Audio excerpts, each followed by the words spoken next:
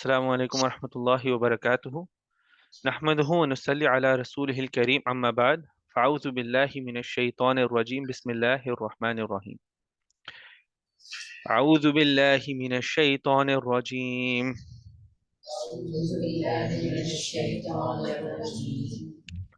रब्बिश्रह ली सदरी व यस्सिर ली अमरी वहलुल उक़दतम मिन लिसानी यफ़क़हू क़ौली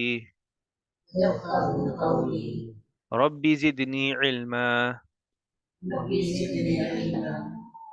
ज़िदनी इल्मा रब्बी ज़िदनी इल्मा अल्लाहुम्मा फ़क़िहना फ़िद्दीन अल्लाहुम्मा फ़क़िहना फ़िद्दीन अल्लाहुम्मा फ़क़िहना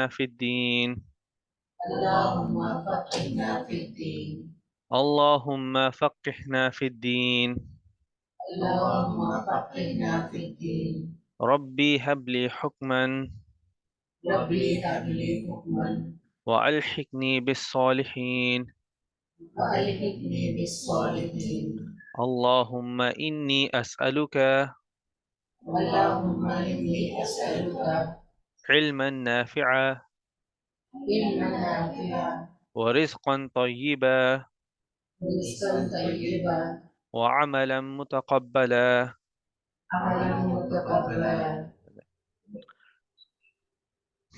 अऊज़ु बिल्लाहि मिनश शैतानिर रजीम बिस्मिल्लाहिर रहमानिर रहीम वश्शम्सि वदुहाहा वल्क़मरि इज़ा तलाहा वन्नहारि इज़ा जल्लाहा वल्लैलि इज़ा यग़शाहा वस्समाइ वमा बनाहा वल्अर्दि वमा तहाहा वनफ्सिन वमा सव्वाहा फ़अल्हमहा फ़ुजूरहा वतक़वाहा क़द अफ़लह मन ज़क्काहा वक़द ख़ाब मन दस्साहा कज़्ज़बत समूद बितग़वाहा इज़ इंबअस अशक़ाहा फ़क़ाल लहुम रसूलुल्लाहि नाक़तल्लाहि वसुक़याहा फ़कज़्ज़बूहु फ़अक़रूहा फ़दमदम अलैहिम रब्बुहुम बिज़ंबिहिम फ़सव्वाहा वला यख़ाफ़ु उक़बाहा।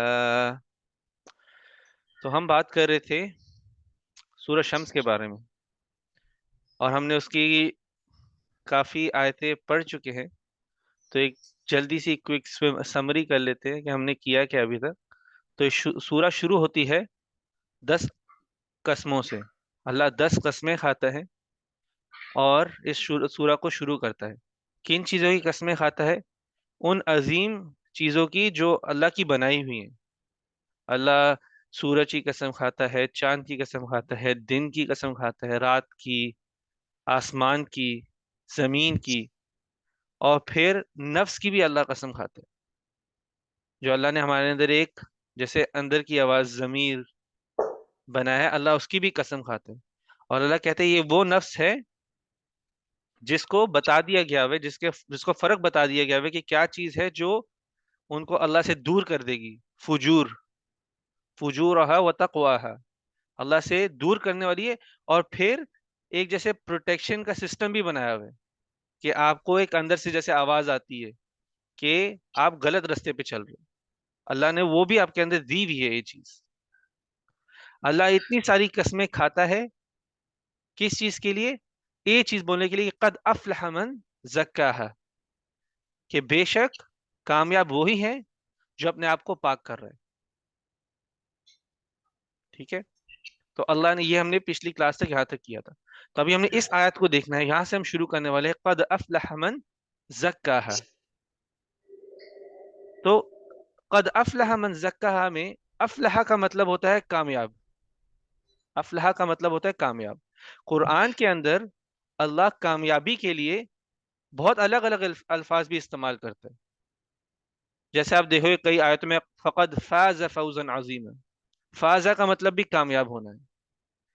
वैसे और जगहों पे नजह भी आएगा, उसका मतलब भी कामयाब होना है, पर यहां पर अल्लाह ने अफलाह इस्तेमाल किए।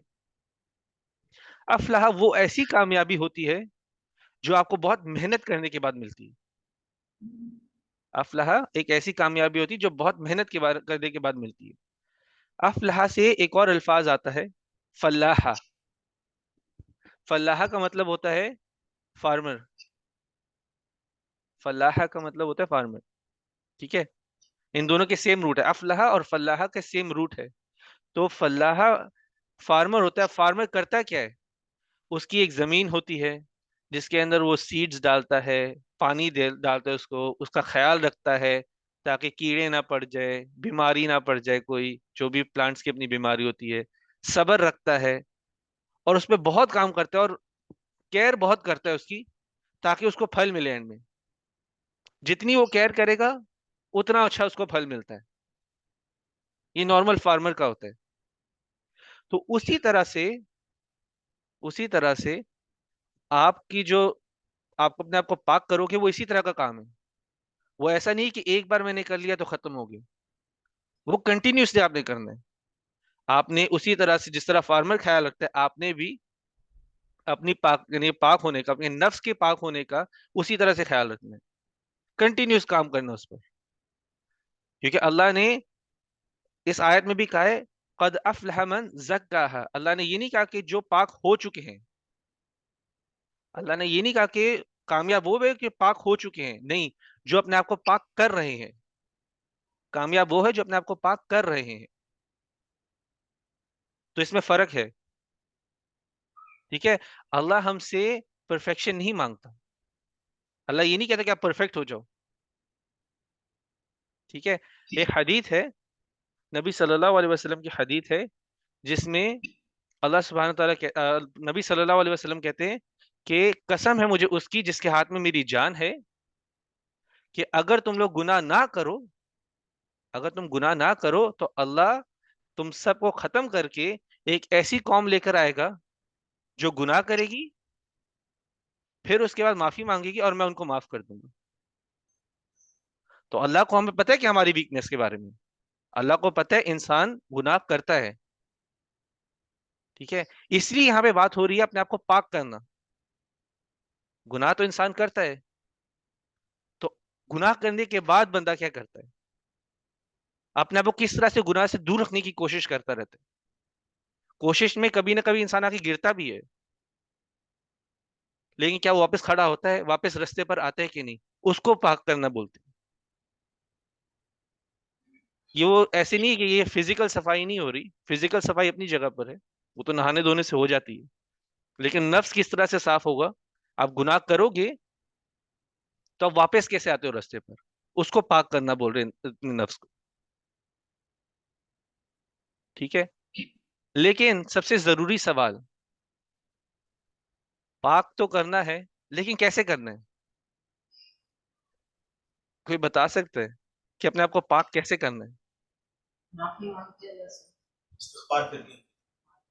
जी, तो और कुछ आपने कुछ पढ़ा हो इस सूरा में? वो सोर्स है, यानी कि माफी मांगने का तरीका कहाँ से आ रहा है? दिल से तवक्कुल से। तवक्कल से। तवक्कल के बारे में कहाँ से पता चल रहा है? तवक्कुल। दो मेन सोर्स है आपके, एक तो कुरान है। हमने कहा वशम्सी व दुहाहा, कुरान किसको, वो जो सूरज था वो किसको सिग्निफाई करता है? वो एक तो नबी सल्लल्लाहु अलैहि वसल्लम को कर रहा था या कुरान को कर रहा था? असल में जो आपको कस्मों की एक इंटरप्रिटेशन दी गई है वो इस आयत से कनेक्टेड है।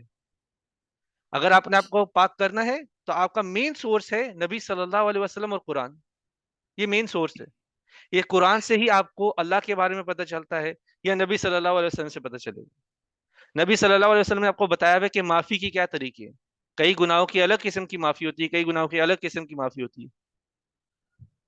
ठीक है, तो नबी सल्लल्लाहु अलैहि वसल्लम और कुरान के अलावा आपके पास और कोई वैसा सोर्स नहीं जो आपको सही तरह बताए कि अपने आप को पाक किस तरह, अपने नफ्स को किस तरह से पाक करना। ठीक है, तो ये आपके दो मेन सोर्स है। और यहां पर सबसे ज्यादा जरूरी है, जितना आप ज्यादा कुरान से कनेक्ट करोगे, जितना आप नबी सल्लल्लाहु अलैहि वसल्लम के सही सुन्नतों पर जाओगे, उतना आप अपने आप को सही तरह से पाक कर रहे हो। ठीक है, क्योंकि हमने पिछली हदीस भी पढ़ी, एक हमने पिछली क्लास में हदीस पढ़ी थी जहां पे सहाबा बात कर रहे थे कि हमने नबी सल्लल्लाहु अलैहि वसल्लम की इबादत के बारे में पूछा, और वो चाह रहे थे उस हद से भी वो आगे जाए। वो कह रहे थे कि हम रोजा, एक एक सहाबा बोलता है कि मैं रोजा हर दिन रखूंगा, मैंने रोजा ही नहीं तोड़ना पूरे साल में। एक कहता था कि मैं रात को सोऊंगा ही नहीं। एक कहते मैं शादी ही नहीं करूंगा,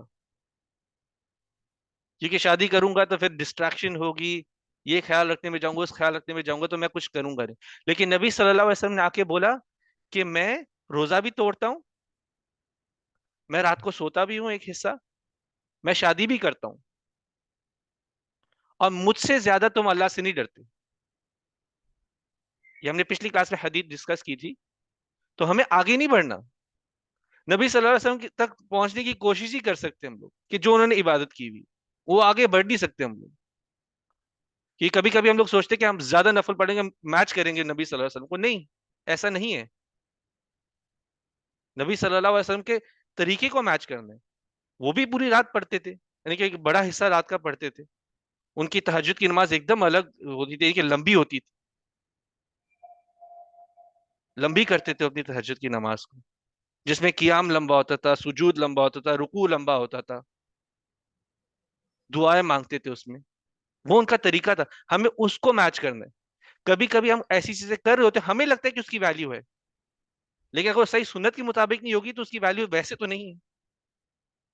जब नबी सल्लल्लाहु अलैहि वसल्लम को आप सही तरह फॉलो करोगे, सही तरीके से, जिस तरह से उन्होंने चीज की हमें उस तरह से करना है, हमें वो लेवल तक पहुंचना है। उनसे आगे नहीं बढ़ना, उनसे आगे नहीं बढ़ सकते हम। तो हम उनसे ज्यादा अल्लाह से नहीं डर सकते, उनसे ज्यादा अल्लाह से मोहब्बत नहीं कर सकते।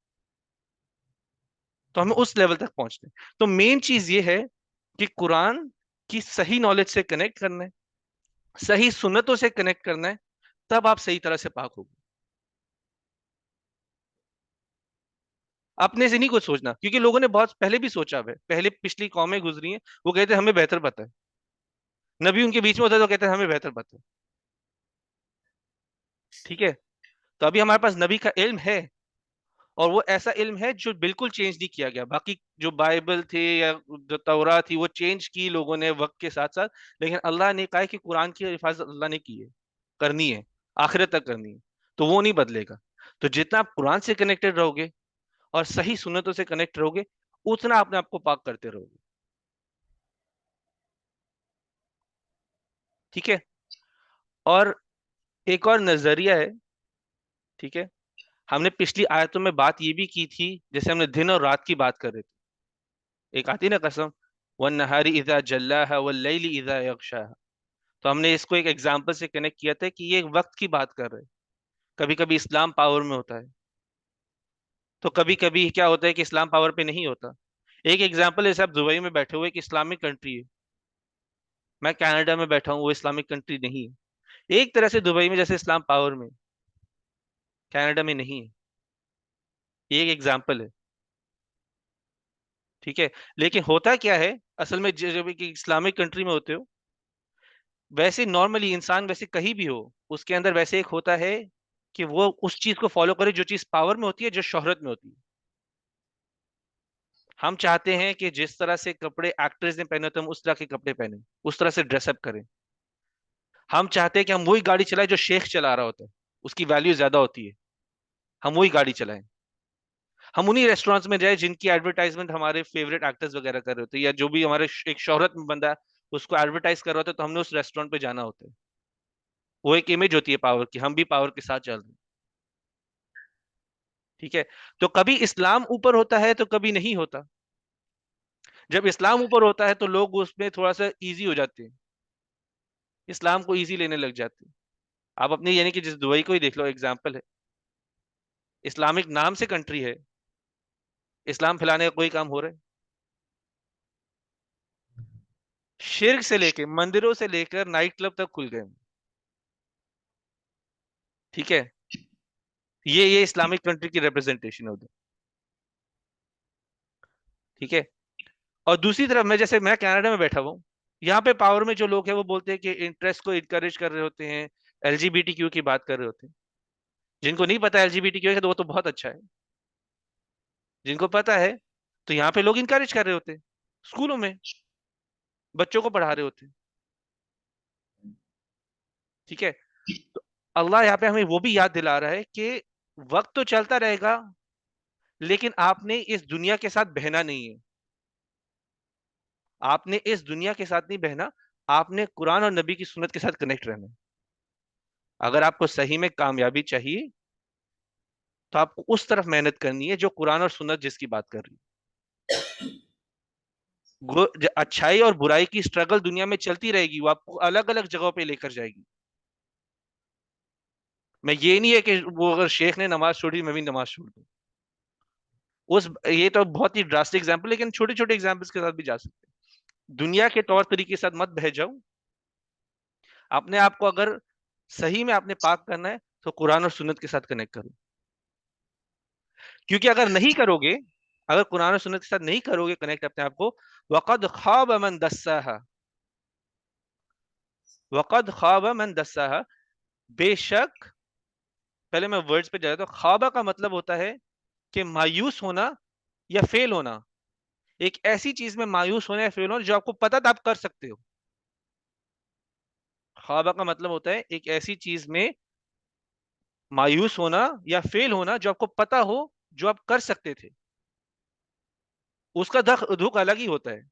एक तो होता है ना कि मैं कर ही नहीं सकता था, लेकिन वो दुख जिसको पता हो कि आप कर सकते थे लेकिन मैंने नहीं किया, उसका दुख अलग ही होता है। मन दस्सा, दस्साहा का मतलब होता है कि छुपाना। अब एक एग्जांपल देता हूँ। आपने देखा होगा फौज में जो लोग होते हैं वो एक एक रैंडम पैटर्न के कपड़े पहनते हैं, कैमोफ्लाज जिसको ड्रेस बोलते हैं।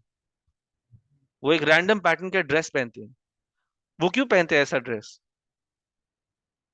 कि वो ट्रीज में छुप जाए, जाहिर ना हो। जी, बिल्कुल करेक्ट। कि वो जाहिर ना हो एकदम, जब कोई दुश्मन उनको देख भी रहा हो दूर से, कोई बाइनोक्यूलर से कहीं से भी देख रहा हो, तो ऐसे वो एकदम मिक्सड अप हो गए हो, ब्लेंड हो गए अपनी सराउंडिंग के साथ। तो आप देखोगे उनके कलर भी उनके सराउंडिंग के हिसाब से होते हैं। जो डेजर्ट में होते हैं उनके थोड़े से बेज कलर के होते हैं। जो पहाड़ी जहाँ पे बहुत सारी ग्रीनरी होती है तो उनके ग्रीन कलर के उसी हिसाब से होते हैं। वो एरिया के हिसाब से करते हैं कैमोफ्लेज का ड्रेस भी। तो इसी तरह से दस्साहा भी है। दस्साहा का मतलब है कि इस तरह से छुपाना कि वो जाहिर ही ना हो वो चीज कि वो है कि नहीं है, इस तरह से छुपाई गई है। तो वक़द ख़ाब मन दस्साहा, तो बेशक मायूस या फेल वो है जो छुपा देते हैं। क्या चीज छुपा देते हैं? ये वो लोग हैं जो अपने नफ्स को पाक नहीं करते। ये लोग दुनिया के साथ बहने वाले लोग हैं। ये अपने नफ्स को पाक नहीं करते। अल्लाह ने एक काबिलियत आपको दी हुई, आपके नफ्स के अंदर रखा हुआ है कि आप देखो, आपको कभी कभी पता चल जाता है कि आप गलत तरीके जा रहे होते हो, कि मुझे इधर नहीं जाना। अल्लाह ने आपके अंदर एक प्रोटेक्शन का भी सिस्टम बनाया हुआ है आपको। जैसे फॉर एग्जाम्पल कोई इंसान झूठ बोलता है, बेचैनी हो जाती है उसको कि मैंने झूठ बोला है।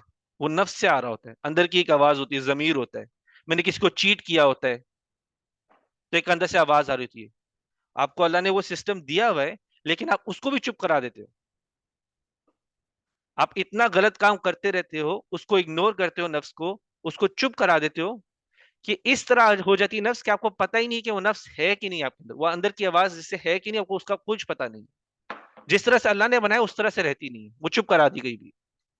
अभी आपको सही भी गलत मतलब गलत भी सही लग रहा है। और ये चेक हम सबको करना चाहिए।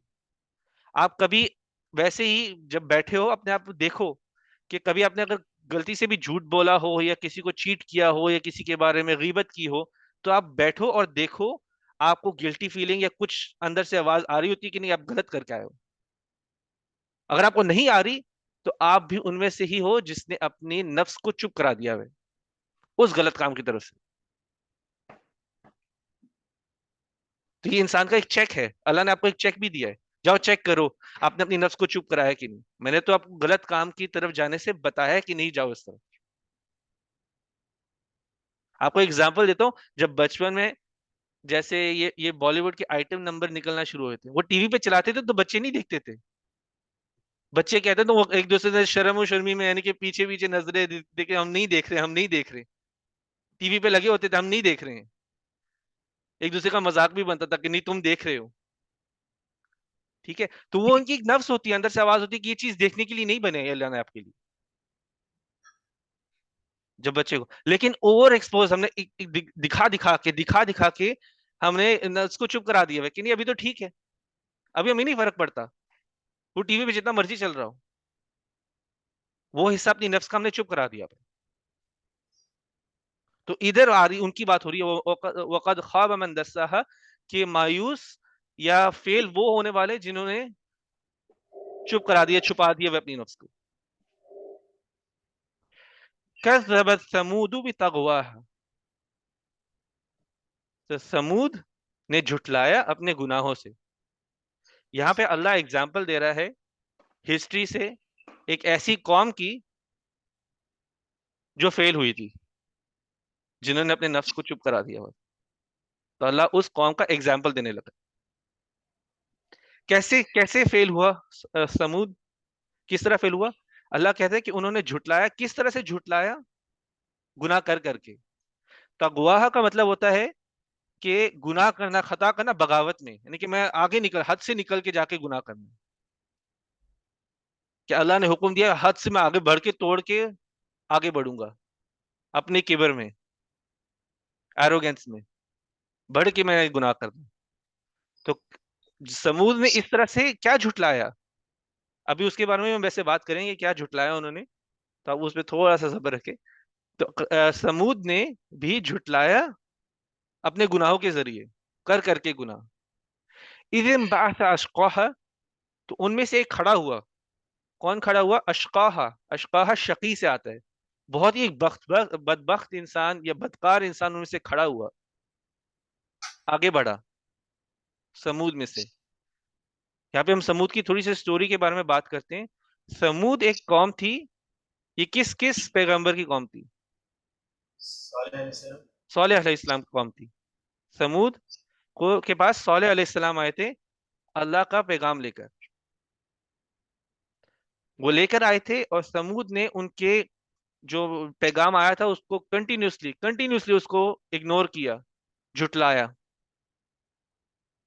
यहां तक कि वो डिमांड करने लगे कि अगर अल्लाह है, ये अल्लाह का मैसेज है आप जो लेकर आ रहे, तो हमें एक साइन चाहिए,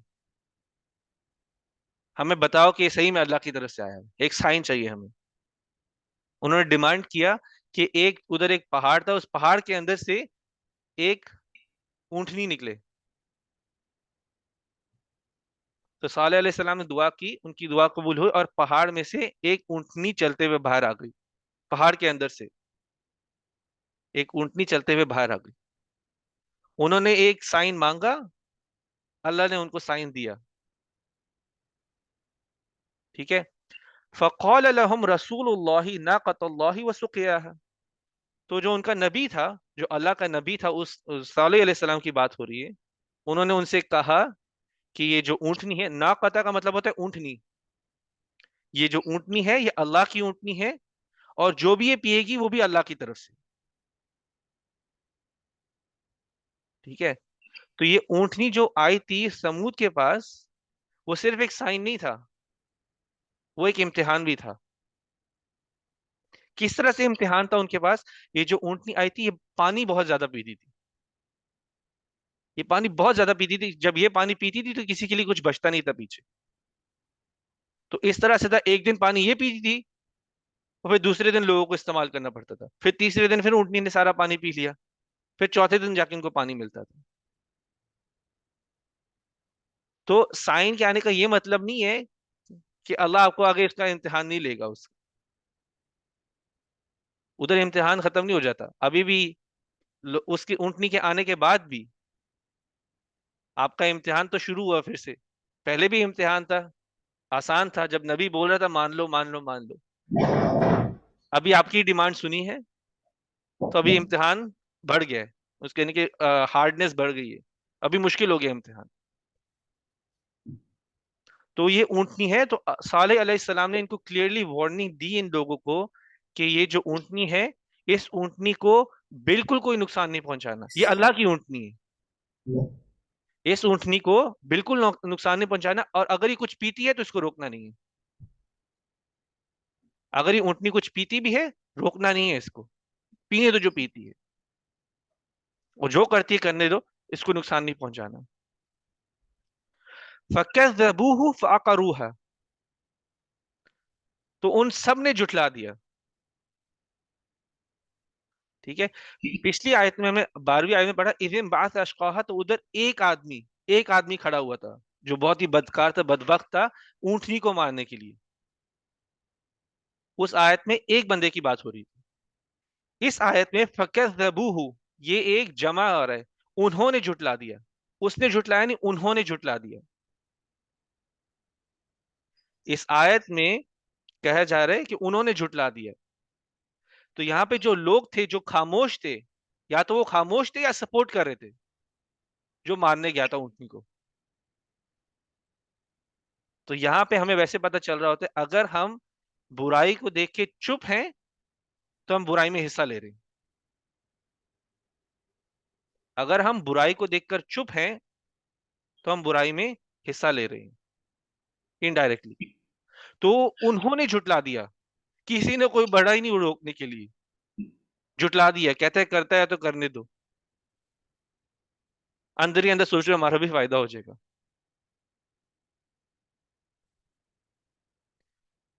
तो इस पर एक हदीस है नबी सल्लल्लाहु अलैहि वसल्लम की। वो वैसे काफी लंबी हदीस है, लेकिन उसका मैं मेन पार्ट बताऊंगा, उसका नहीं कि जो मेन जो लेसन है उसके अंदर। तो नबी सल्लल्लाहु अलैहि वसल्लम ने कहा है उस हदीस के अंदर कि अगर तुम में से कोई एक गुनाह देखता है, गुनाह होते हुए देखता है, तो उसको वो सही करे अपने हाथों के जरिए। पहले वो हाथों के जरिए उसको सही करने की कोशिश करे। अगर उसके अंदर नहीं है ताकत हाथों से सही करने की, तो वो अपनी जबान से उसको सही करे। और अगर उसके अंदर जबान से करने की भी ताकत नहीं है, तो वो अपने दिल में कम से कम कहे कि ये गलत हो रहा है। और जो सिर्फ दिल के अंदर रखता है बात को, वो सबसे वीक है ईमान, उसका ईमान सबसे वीक है।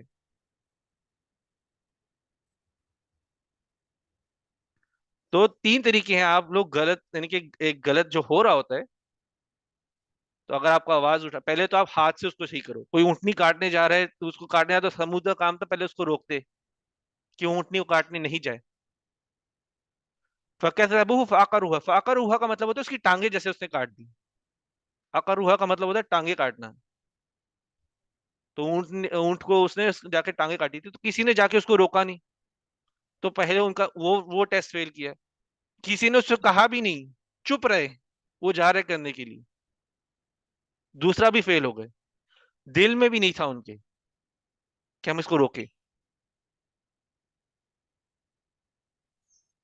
वीक फॉर्म है ईमान का। अगर दिल में सिर्फ तक रखा है ना, कि मैंने सिर्फ दिल तक बात रखी हुई है, मैं लोगों को गलत करते हुए देखते जा रहा हूँ।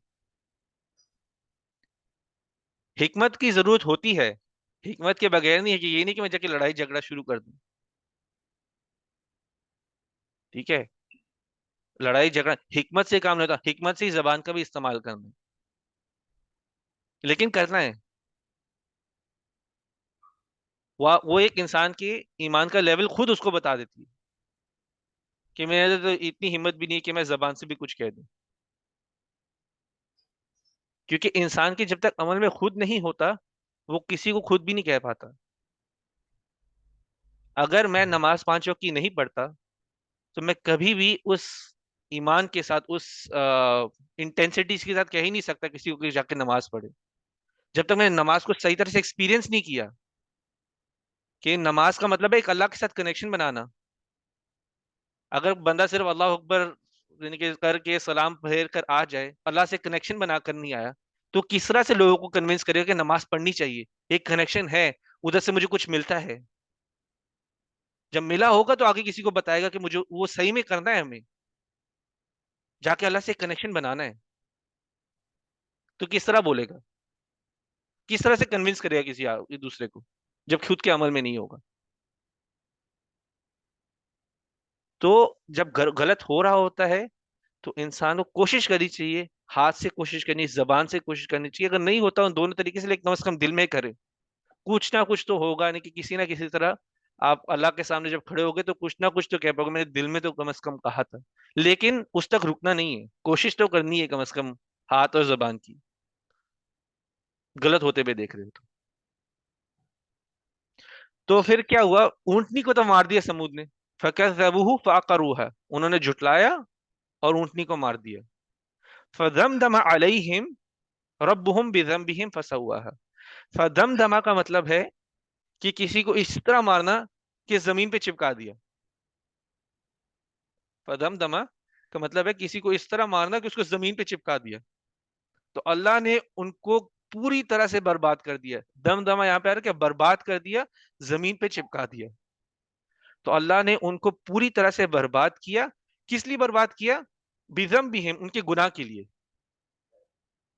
फदमदमा अलैहिम रब्बुहुम बिज़म्बिहिम, तो अल्लाह ने उनको इस तरह से उस पर एक अजाब भेजा कि उनको जमीन पे चिपका दिया उनके गुनाह के लिए। बिज़म्बिहिम फसव्वाहा, और फिर बराबर कर दिया। फसव्वाहा का एक तो हमने पढ़ा था वो फखला का फसव्वा, वहां पे बैलेंस क्रिएट करना, तो इधर लेवल है, यानी कि लेवल, उनको लेवल कर दिया, सीधा कर दिया जमीन को जैसे। तो वैसे इनकी हम लोग जो इन पर अजाब आया था, बहुत सारी डिटेल्स और भी हैं कुरान में कि किस तरह का अजाब था, किस तरह का अजाब समूद पर आया था। उसके बारे में हम तब बात करेंगे जब वो आएगा, लेकिन अभी के लिए जो इम्पोर्टेंट है कि उन्होंने झुटलाया, उन्होंने झुटलाया जो उनको हुक्म दिया क्या था, अल्लाह से डायरेक्ट हुक्म मिला था, उन्होंने उसको झुटलाया। और उनका अंजाम ये था कि अल्लाह ने उन पे एक ऐसा अजाब भेजा कि जमीन से चिपक गए वो लोग, कि उन पे कुछ जैसे फेंका गया हो, कुछ किया गया हो कि वो जमीन पे ही गिर गए सारे और लेवल हो गए, फसवा के बराबर कर दिए गए। वाला यखाफु उक़बाहा, और नहीं डरता वो उसके अंजाम से। तो यहाँ पर अल्लाह की बात हो रही है, अल्लाह किसी को भी पर अजाब भेजता है, जिस पर वो चाहे उस पर अजाब भेजता है। अल्लाह किसी को हिसाब नहीं देगा, अल्लाह को किसी चीज का डर नहीं है, किसी चीज का डर नहीं है अल्लाह को, अल्लाह कुछ भी कर सकता है। वला यखाफु उक़बाहा, नहीं है उसे कोई डर उस अंजाम का। तो ये थी सूरह शम्स। और सबसे जरूरी बात तो ये है कि ये इस सूरा में जो, वैसे तो कुरान की किसी सूरा में भी जो मैसेज दिया हुआ है, लेकिन इस सूरा के मैसेज को तो बिल्कुल ही हल्का नहीं लो, सबक लो इससे जिससे पहले बहुत देर हो जाए। और बिल्कुल नहीं भूलो, इस सूरा के शुरू में अल्लाह ने इस मैसेज की इंपॉर्टेंस और वैल्यू बताई है 10 कस्में खाकर।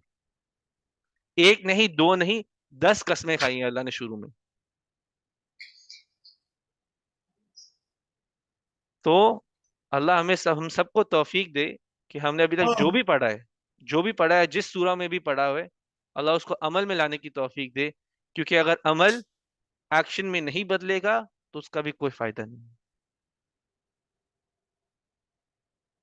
अगर अमल एक्शन में नहीं बदलेगा, वो एक नॉलेज की तरह से, इंफॉर्मेशन की तरह से ही जहन में, दिलों में बस उसी तरह से रह जाएगा, अमल में नहीं आएगा, तो उसका भी कोई फायदा नहीं।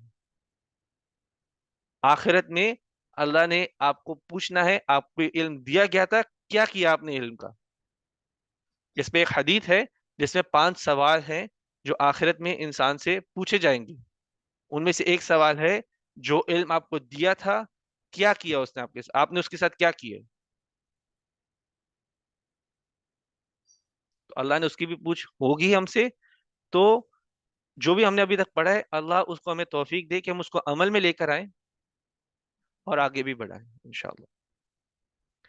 तो ये थी सूरह शम्स।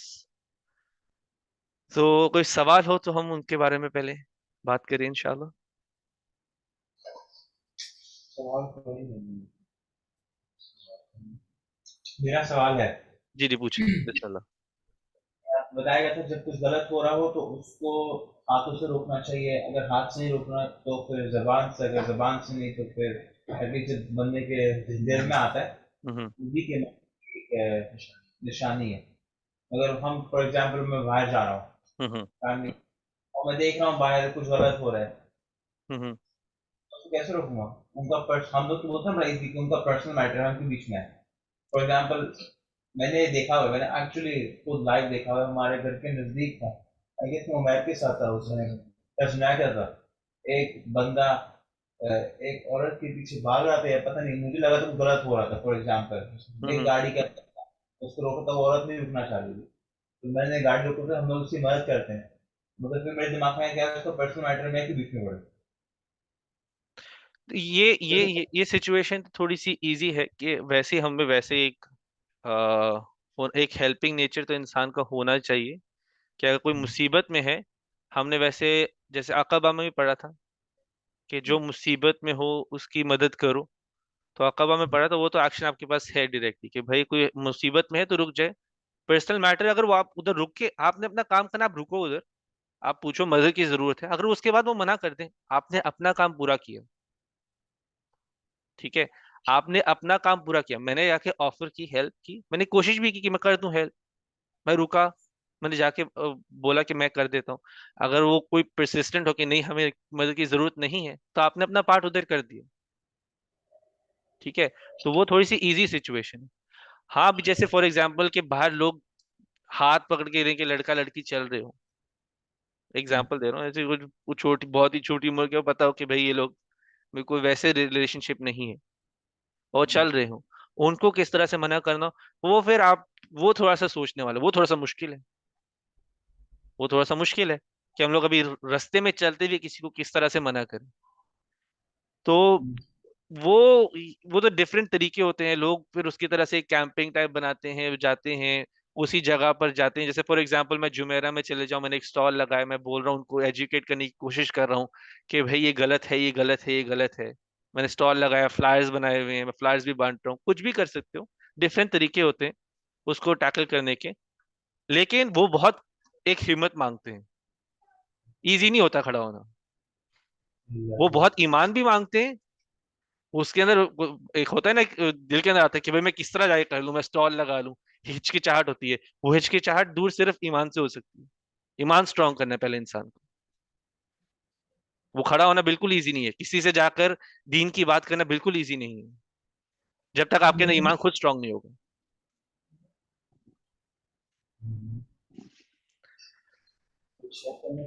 और कुछ सवाल हो? इसी बात से जो जुबैर ने बात कही है, मुझे भी एक सवाल आ रहा है जी जी। कि अगर मैं अपनी बात करूं तो फॉर एग्जाम्पल मैं घर से छोटी हूँ और मेरे घर में कोई भाइयों में मसला चल रहा है, बहन भाइयों में मसला चल रहा है, और मैं देखती हूँ कि वो कुछ गलत कर रहे हैं। हमने पहले भी बहुत क्लास में डिस्कस किया हुआ है, लेकिन मैं वापस पूछ रही हूँ कि मैं उनको मना करती हूँ कि ये ठीक नहीं है, तुम लोग कर रहे हो वो ठीक नहीं है। वो लोग कहते हैं कि तुम चुप रहो, तुम छोटी हो।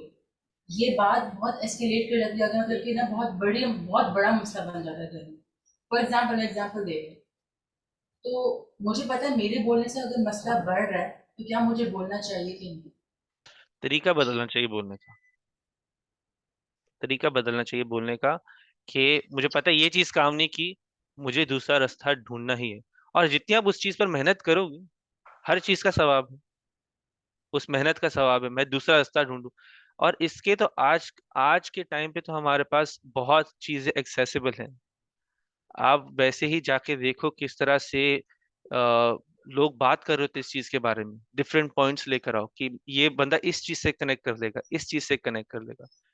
अभी तो बहुत सारे वीडियोस तक बन गए हुए हैं। स्पेशली मैं आपको एग्जांपल दूं, अगर किसी को जैसे दावा वगैरह करना होता है, तो बेस्ट रिसोर्सेज अवेलेबल हैं। जैसे आप डॉक्टर जाकिर नाइक को सुन लें, वो बताते हैं, लॉजिकली एक्सप्लेन करते हैं, आपको एक लॉजिकल पर्सपेक्टिव मिल जाएगा। कोई बंदा हो जो लॉजिक के पीछे जाता है, कोई बंदा हो जो साइंस के पीछे जाता है, उसकी डिफरेंट अप्रोच होती है दावा करने के लिए, कि उसको मैसेज देना हो इस्लाम का। हर किसी को एक मैसेज नहीं काम करेगा, हर किसी को मैं नहीं जाके बोल सकता कि कुरान के अंदर जैसे ना लिखा हुआ है कि बच्चे की डेवलपमेंट कैसे होती है 1400 साल पहले, वो उसको फर्क नहीं पड़ेगा हर किसी को। एक साइंटिस्ट होगा या डॉक्टर होगा, उसको फर्क पड़ेगा, उस चीज की अप्रिसिएशन उसके पास होगी कि ये तो 1400 साल पहले तो कोई टेक्नोलॉजी थी ही नहीं, किस तरह बताएगा ये। तो उसके लिए साइन अलग है, जो नॉर्मल इंसान होता है उसका साइन अलग होता है। तो अल्लाह ने सारे तरीके भी कुरान में दिए हुए। डॉक्टर जाकिर नायक के अलावा एक शेख अहमद दीदात भी है, जो डॉक्टर जाकिर नायक के टीचर थे, उनकी भी वीडियोस हैं कि किस तरह से आप अप्रोच करो डिफरेंट डिफरेंट लोगों को। तो उसी तरह से घर में भी है, घर में अगर आपने किसी को देना है मैसेज तो तरीका बदलना होगा। मैं अपनी बात करता हूँ, मैं भी शुरू में काफी हार्श तरीके से देता था मैसेज, काफी हार्श। मैं सीधी से आके बात कर देता था, कोई सुनता नहीं था।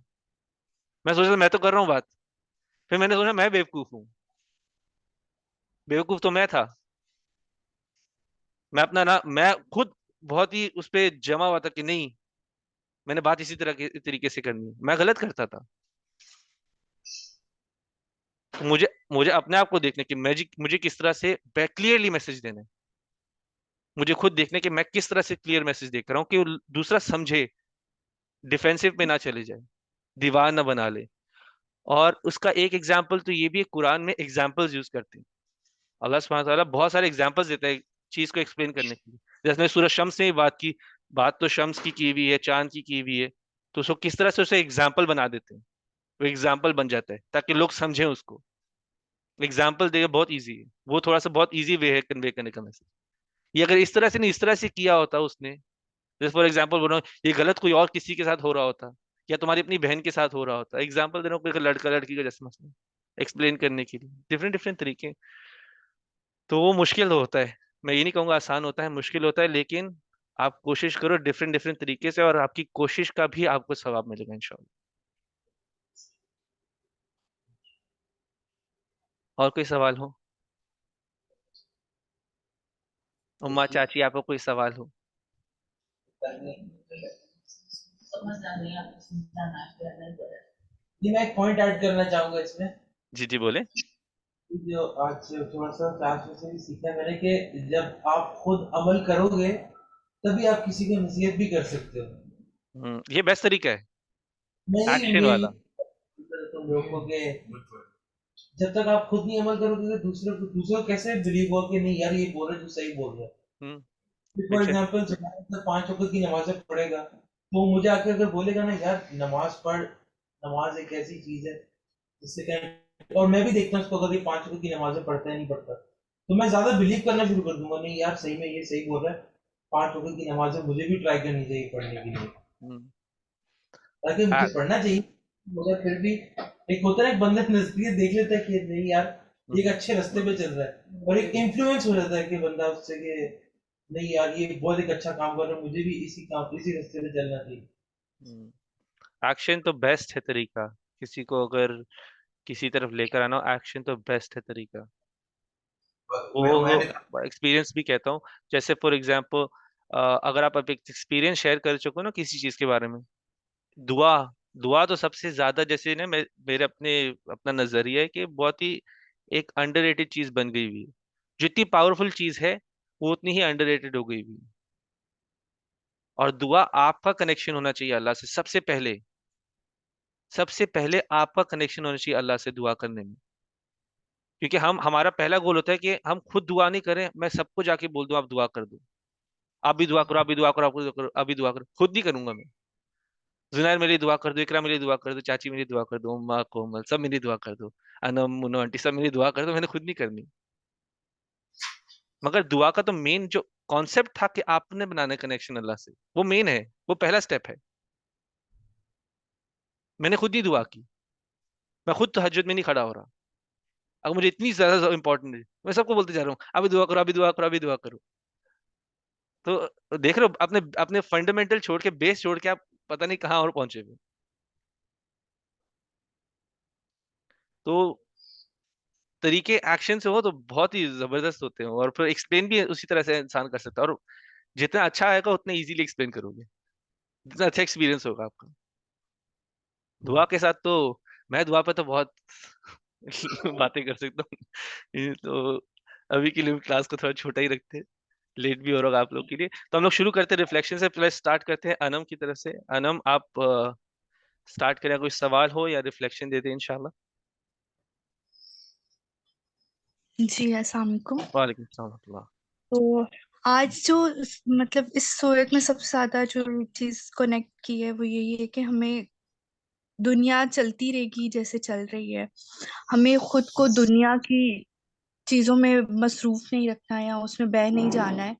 हमें कुरान और सुन्नत के साथ खुद का जो कनेक्शन है वो मजबूत करना है, और उसमें अपने आपको सबसे ज्यादा वैल्यू देनी है कुरान और सुन्नत को, ताकि हम कामयाब हो सके। वरना जो इस चीज में नाकाम हो जाता है अपने नफ्स को पाक करने में, तो आई थिंक वही सबसे बड़ा नाकाम और मायूस शख्स वही है।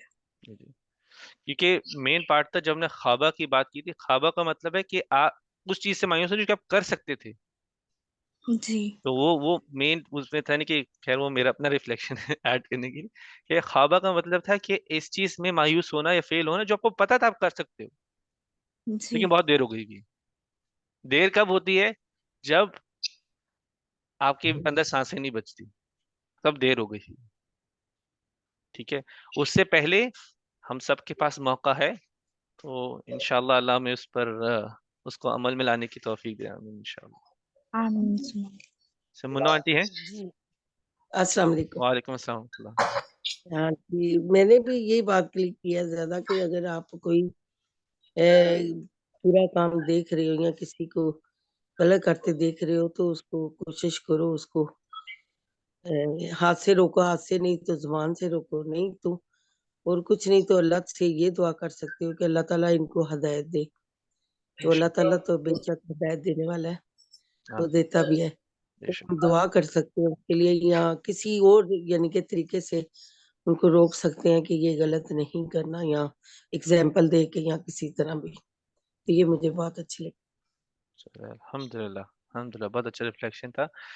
और आगे बढ़ते हैं, जुनैर बिस्मिल्लाह।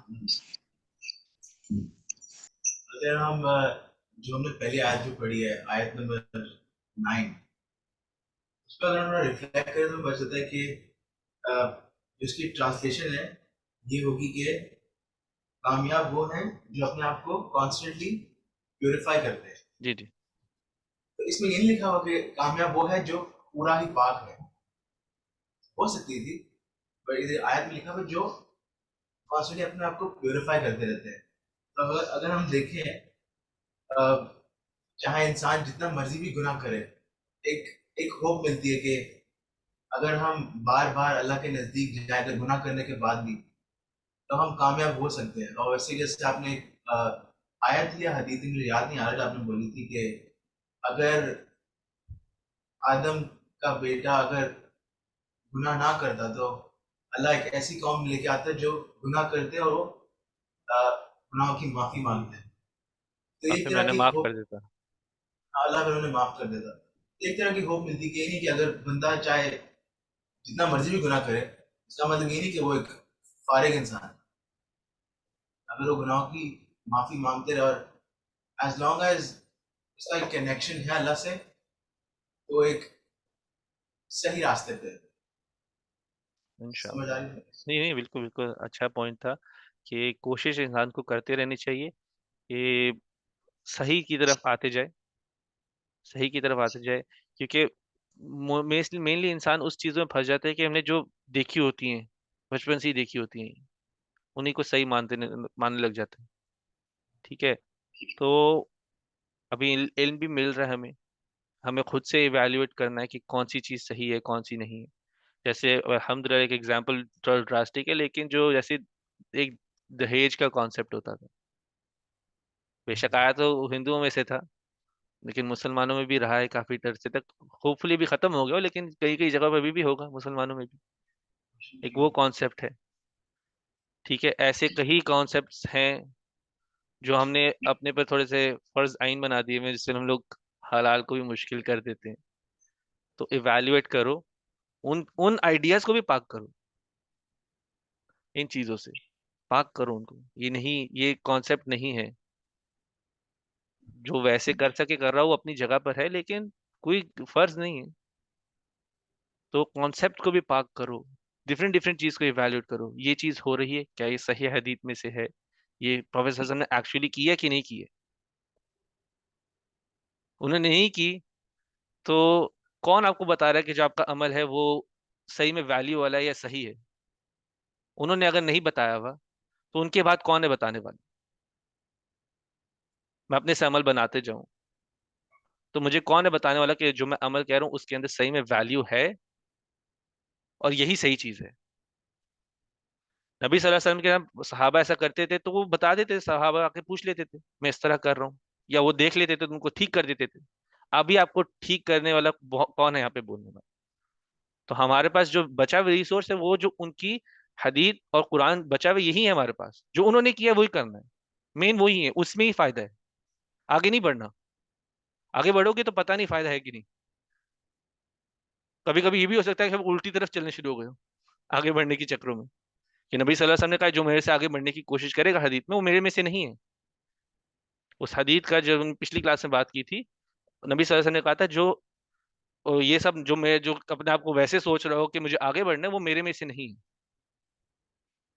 तो काफी इम्पैक्टफुल हदीस थी वो तो इंशाल्लाह अच्छा पॉइंट था जुनैद का। इकरा। मेरा आज का रिफ्लेक्शन आया नंबर 13 में है कि जैसे बात की थी कि कौमे समूद ने मांगा था कि उनको एक साइन दिखाया जाए कि एक फीमेल कैमल आएगी, लेकिन जो मुझे से रिफ्लेक्शन मिलता है ये है कि कभी कभार हम अपने आप को खुद टेस्ट में डालते हैं कि फॉर एग्जांपल मैं जब छोटी थी, मैं 12th में या 11th में थी, हाई स्कूल में थी, मैं कहती थी या अल्लाह मुझे ना बस यूनिवर्सिटी में जाना है, मुझे जल्दी से स्कूल फिनिश करना है। लेकिन अब जब मैं यूनिवर्सिटी में आया तो फिर एक नया टेस्ट शुरू हो गया मेरे लिए। तो ये है कि अल्लाह हमें हर दफ़ा टेस्ट करते रहेगा, हमारी खुद की दुआओं से भी अल्लाह हमें टेस्ट करेगा, जो हम इस दुनिया में मांगते हैं अल्लाह उससे भी टेस्ट करता है। तो मेरी ये रिफ्लेक्शन था। मेरा दूसरा एक और रिफ्लेक्शन था कि हमने बात की थी कि वो मत फॉलो करो जो ये दुनिया कर रही है, जैसे दुनिया के लोग जो करते हैं हम उसको ना फॉलो करें। मुझे लगता है हम आजकल के ज़माने में हमने हर चीज़ इतनी नॉर्मल बना दी हुई है, जैसे अभी आप भी बात कर रहे थे कि जो लोग करते हैं हम वही करते हैं, खुद का कुछ दिमाग नहीं चलाते, बस वो जो लोगों ने किया वही करना है। या फिर कई बार माँ बाप को अच्छी सी बात बोलते हैं इस्लामिक तौर पे भी जो ऑथेंटिक हो, हम बोलते हैं नहीं नहीं नहीं, जो दुनिया ने किया है वो ठीक है, मतलब कि वो लोग सब कर रहे हैं तो मतलब कि ये भी नॉर्मल ही होगा, वो कर रहे हैं तो मतलब कि ठीक ही होगा। तो नहीं, हमें ना ऑथेंटिक हदीस और कुरान से रेफर करके और उसी उसको उसको अपना लाइफस्टाइल बनाना चाहिए बेसिकली। जज़ाकल्लाह खैर, अच्छा था। हर नेमत एक टेस्ट है, ये भी उसमें बस ऐड करूंगा, हर नेमत एक टेस्ट है, हर नेमत का हिसाब देना है, और जितनी ज्यादा है उतना ज्यादा हिसाब होगा। तो अच्छा पॉइंट था कि कभी कभी हम भी दुआ कर रहे होते हैं, लेकिन एंड में दुआ का एक्सेप्ट होना, यहाँ पर थोड़ा सा डिफरेंस ये था कि वो एक किबर में भी मांग रहे थे। ठीक है, यूनिवर्सिटी तो जनरली आपका पॉइंट वैसे समझ गया, लेकिन वैसे अगर कोई बाकी सब के लिए भी, कि वो लोग तो एक किबर में, यानी कि वो कहते हैं हम तो भरोसा ही नहीं करते कि अल्लाह का अल्फाज है, यानी कि इस तरीके से उन्होंने एक साइन मांगा था। ठीक है, वो आपके दिल की कंडीशन पे भी कभी कभी होता है। अगर आपके अंदर हो कि भाई कुछ भी हो जाए मैंने तो एक्सेप्ट करना ही नहीं है, यहाँ पे अल्लाह बता रहा है कि साइन जितने मर्जी आ जाए। पिछले बहुत सारे नबियों के पास ऐसे बहुत साइन थे, यानी कि हम ईसा अलैहिस्सलाम की बात करें तो उन्होंने मुर्दों को जिंदा किया था अल्लाह के हुक्म से, उन्होंने बीमारियां क्योर की थी अल्लाह के हुक्म से। मूसा अलैहिस्सलाम के पास उनकी एक छड़ी थी जो सांप बन जाती थी। तो डिफरेंट डिफरेंट चीजें थी। तो अल्लाह सुब्हानहू व तआला यहाँ पे कह रहे हैं कि साइंस तो बेशक आप साइंस से अगर मांग रहे हो कि मुझे साइंस ही चाहिए अल्लाह को एक्सेप्ट करने के लिए, तो वो साइंस कभी काम नहीं करेंगे। आप कोई ना कोई अपनी एक्सप्लेनेशन माइंड में निकालोगे कि उसको रिजेक्ट करने के लिए, आप रिजेक्ट भी करोगे और वो आपके लिए एक बड़ा टेस्ट बन जाएगा। तो वो उसमें है। तो आप बेशक ऊपर बात की थी कि हम अपने आप को पाक नहीं कर रहे, वो लोग अपने आप को पाक करने के लिए तैयार नहीं थे, तब वो फेल हुए। नहीं कि स्टोरी का उसमें मेन पॉइंट ये है, वो पाक करने के लिए तैयार नहीं थे, वो मानने के लिए तैयार ही नहीं थे, जो भी कर लेते उन्होंने मानना ही नहीं था। तो ये फाइनल चीज थी, अल्लाह ने कहा कि तुमने साइन मांगा, ये साइन आ गए, अभी इसके बाद कुछ नहीं। यानी एक तरह से था ये इसके बाद कुछ नहीं है, वो उनका फाइनल साइन था, फाइनल मौजूदा था उनके सामने जो हुआ था, उस पर भी नहीं माने। तो वो उस पर बेस तो उस पर है। लेकिन आपका पॉइंट भी अल्हम्दुलिल्लाह काफी अच्छा था, लेकिन थोड़ा सा डिफरेंस ये आता है कि दुआ किस बेस पे की जा रही थी। इंशाल्लाह। चाची। ये तो जितना ज्यादा हम अल्लाह से कनेक्ट रहेंगे, जितना ज्यादा हम दीन के करीब रहेंगे, उतना ही हम ज्यादा से ज्यादा अपना नफ्स मजबूत रखेंगे।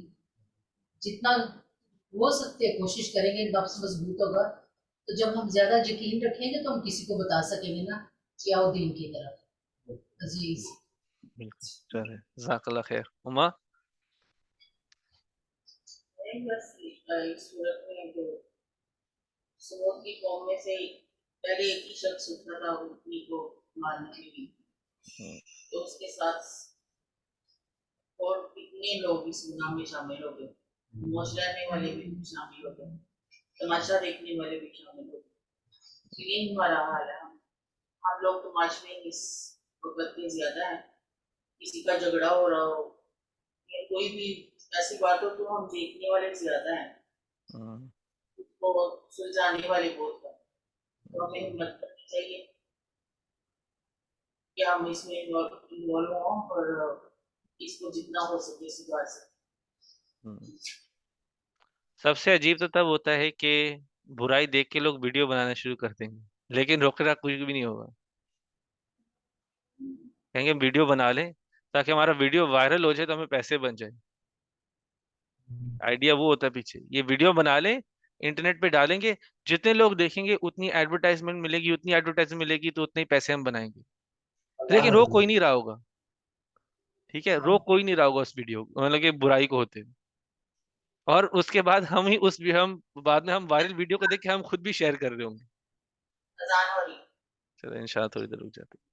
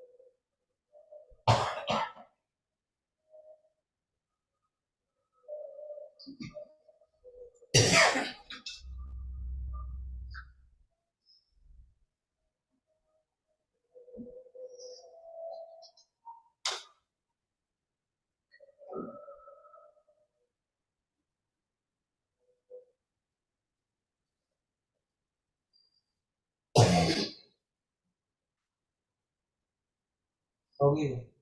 चलो अल्हम्दुलिल्लाह, कंटिन्यू करते हैं कोमल से इंशाल्लाह। आज की जो क्लास में मैंने जो चीज़ जिस पे मैं रिफ्लेक्ट करना चाहूँगी वो आयत नंबर 10 है, जिसमें ये है कि अगर हम अपने नफ्स को कंट्रोल नहीं करेंगे, अगर हम उसको करप्शन की तरफ लेकर जाएंगे तो एक वक्त ऐसा आ जाएगा कि हमारा नफ्स बहुत करप्ट हो जाएगा, जिसे हम लोग कहते हैं। पर इस तरह से करप्ट हो जाएगा कि जिस तरह आपने ये आगे अल्लाह ताला ने एक एग्जाम्पल के तौर पे हमें समझाने के लिए समूद की कौम का एग्जाम्पल दिया है कि किस तरह वो लोगों ने अपनी हदों को तोड़ कर तो उन्होंने नाफरमानी की और जिसकी वजह से अल्लाह ताला ने उन पर बहुत बड़ा अज़ाब नाज़िल किया। तो हमें भी अपने नफ्स को इस तरह से कंट्रोल करना चाहिए कि हम अल्लाह ताला की नाराज़गी का बायस ना बने, क्योंकि अगर हम अल्लाह ताला की नाराज़गी का बायस बन गए तो आखिरत में हम इतने शर्मिंदा हो जाएंगे कि सामने हम नजरें भी नहीं मिला सकेंगे अल्लाह ताला से। बहुत अच्छा माशाल्लाह, बहुत अच्छा रिफ्लेक्शन था। आगे बढ़ते हैं उमैर। मेरा रिफ्लेक्शन पिछली क्लास से काफ़ी सिमिलर है कि अपने नफ्स को हम लोगों ने मारना नहीं है, या एक तरीके से पूरी तरीके से ख़त्म नहीं कर देना कि उन्हीं देर से गुनाह करते जा रहे हैं और बोल रहे हैं कि नहीं ये ठीक है, कोई मसला नहीं है। और उसी तरीके से कि अल्लाह ताला ने इस सूरह में एग्जाम्पल भी दिया है समूद की कौम का कि वो गुनाह तो कर रहे थे और इतना कर रहे थे कि उनको अपने गुनाह के अंजाम का भी फिक्र नहीं था। ऐसे ही था ना कुछ? नहीं, वो था कि अल्लाह कह रहे कि वला यखाफु उक़बा, अल्लाह को कोई डर नहीं है उनको जो उन्होंने दी है, यानी कि पनिशमेंट जो उनको मिली है, अल्लाह को कोई डर नहीं है वो उसके अंजाम का, कि उसके बाद कोई खड़ा उठ के बोले कि भाई आपने समूद के से क्या कर दिए, या समूद में से कोई खड़ा उठ के बोले कि अल्लाह कैसे कर सकते हो आप हमारे साथ ये। कोई अल्लाह पे ना उंगली उठाने वाला है, ना अल्लाह को किसी चीज का डर है। वला यखाफु उक़बाहा, अल्लाह को नहीं कोई डर है। अल्लाह जिसको मर्जी चाहे अजाब दे सकता है, जिसको मर्जी चाहे रहमतें दे सकता है, नेमतें दे सकता है। अल्लाह को किसी चीज का ना हिसाब देना है, ना कोई डर है। तो उसका इस तरह से मतलब था। हो गया। मेरा रिफ्लेक्शन कुछ ऐसा ही था जो मैंने पहले क्वेश्चन पूछा था कि हाँ हमें मदद नहीं, जब कोई गलत कर रहा हो तो हमें रोकना चाहिए उसको। ये काफी चीजें होती है जो हम लोग दरगुजर करते हैं, यार हमारे सो व्हाट, हमारे से क्या है, हमें क्या करेंगे। तो बस ये था। और दूसरी बात रही जो थी कि कुरान से कनेक्ट रहना, मैं पिछली क्लास में नहीं आया था, तो मैंने आज इस क्लास जरूर सीखा कि कुरान हम लोग बड़ी मुश्किल से खोलते हैं, या आगे रमजान में खोल लिया कभी कभी, तो वो प्रैक्टिस मैं पर्सनली करता हूँ, तो मैं ट्राई करूँ इंशाल्लाह और करूँ और पढ़ूँ इंशाल्लाह इंशाल्लाह। और वैसे भी जो भी इस क्लास में भी वैसे हम लोग कुछ समझते हैं, कुछ करते हैं, उसको अमल में लाना भी कनेक्ट करना है कुरान से। ठीक है, आप जो पढ़ रहे हो कर रहे हो वो भी इंशाल्लाह कनेक्शन ही है कुरान से इंशाल्लाह। चले फिर और कोई किसी कोई सवाल हो? शुएब किधर है? क्लास में ही अटेंड कर पाया। ठीक है इंशाल्लाह, खैर हम देखते हैं। लेकिन और किसी का कोई सवाल हो? मेरा एक सवाल है, जी और जी टॉपिक है, देखिए जी जी पूछिए। रिकॉर्डिंग के बाद सजदा सुहू ये कैसे करते हैं? मैंने यूट्यूब से मैंने बहुत देखा, लेकिन मुझे कोई क्लियर पता नहीं चल रहा, बस बहुत कंफ्यूजिंग है, तो आपको इसका अगर पता। इसका तो फिकी जब ये फिकी सवाल ही है, तो इसका तो खैर हम लोग क्लास इस यानी कि मैं रिकॉर्डिंग स्टॉप करते हैं, फिर हम इसके बारे में बात करते हैं इंशाल्लाह। और उसके अलावा कोई टॉपिक से रिलेटेड हो तो हम उसकी बात करें। नहीं, चलिए फिर इंशाल्लाह हम लोग की क्लास तो पूरी करते हैं। सुब्हानक अल्लाहुम्मा बिहम्दिक नशहदु अल्ला इलाहा इल्ला अंत नस्तगफिरुका व नतूबु इलैक।